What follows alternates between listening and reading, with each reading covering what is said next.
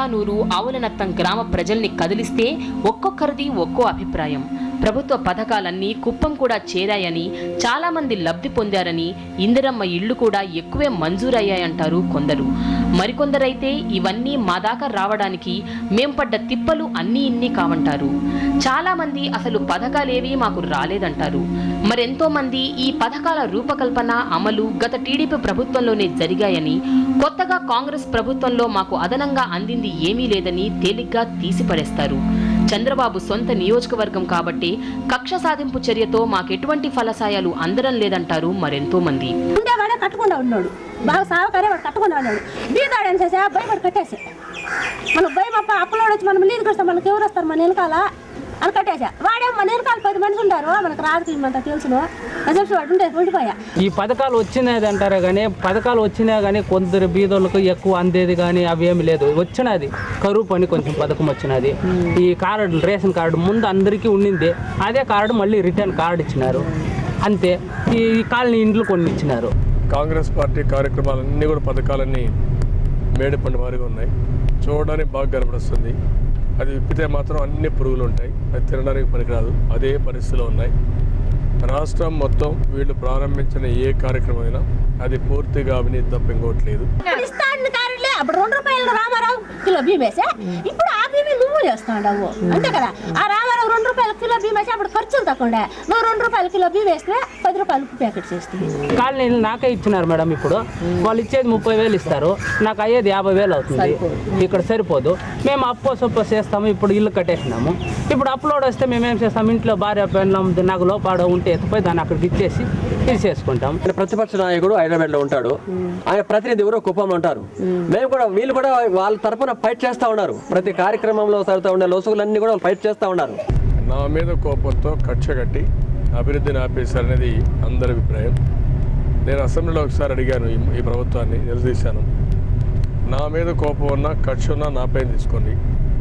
నాకు ఓట్లేసిన కుప్పం ప్రజానీకం పైన కక్ష తీర్చుకోవద్దని చాలా గట్టిగా ప్రభుత్వాన్ని కోరాను, అడిగాను.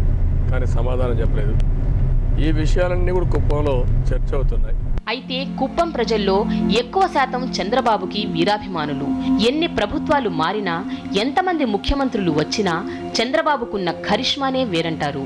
మా హృదయాల్లో ఎప్పటికీ ఉంటూ మమ్మల్ని అనుక్షణం కనిపెట్టే నేత చంద్రబాబు అంటారు. మమ్మల్ని, మా కుప్పంని ఈ స్థాయికి తీసుకొచ్చిన మా నేత చంద్రబాబుని తప్ప మరో నేతనే కుప్పంలో ఊహించలేమంటారు. అది కుప్పంలో చంద్రబాబుకున్న క్రేజ్. వచ్చిన ఇల్లు కూడా పేర్కొన్నాడు. వచ్చి ఒక బిల్లు కొందరికి మా అప్లికేషన్ అయితే వేరే వాళ్ళకి ఇచ్చేసి, వేరే వాళ్ళకి అయితే ఇంకొకరికి ఇచ్చేసి అట్లా చేస్తారు కాంగ్రెస్ గెలిపించేం సుకుమా. చంద్రబాబు వచ్చి టోటల్ కాన్స్టిట్యున్సీ కుటుంబ సభ్యుడు మేడం, కాబట్టి ఆయనకి ఓటేసాం. चंद्रबाबू नायडू 4,000, 3,500, इससे ज्यादा नहीं जाता रहता. अब 12,000. కుప్పంలో చంద్రబాబు ఈ స్థాయిలో ఎదగటానికి, ప్రజల గుండెల్లో సుస్థిర స్థానాన్ని ఏర్పరచుకోవడానికి ఓ నేపథ్యం ఉంది. అత్యంత వెనుకబడిన ప్రాంతమైన కుప్పం, నిరక్షరాస్యులే ఎక్కువగా ఉన్న కుప్పంని అన్ని విధాలుగా అభివృద్ధి చేసిన ఘనత చంద్రబాబుదే అని చెప్పాలి. 20 ఏళ్ల తన సుదీర్ఘ ప్రస్థానంలో బాబు కుప్పంకి అన్ని రకాల ఫలసాయాలు అందించాడు. వ్యాపారాలను పెంచి, వ్యవసాయాన్ని ఆదుకొని అట్టడుగు జీవన స్థాయి నుండి ఆర్థికంగా నిలదొక్కునే స్థాయి వరకు కుప్పం ప్రజలు ఎదిగేలా, సంపద పెరిగేలా తోడ్పడ్డాడు చంద్రబాబు అన్నది ఇక్కడి ప్రజల మాట. రోడ్లు వేసాం, పవర్ స్టేషన్లు పెట్టాం, స్కూల్ బిల్డింగ్స్, స్కూల్స్ కట్టాం, వాటర్ షెడ్ డెవలప్మెంట్ ఓవరాల్గా తీసుకున్నాం. ఇప్పుడు ఇక్కడి నుంచి కాలేజీలు, అవన్నీ medical college, engineering college, university అన్నీ పెట్టించాం.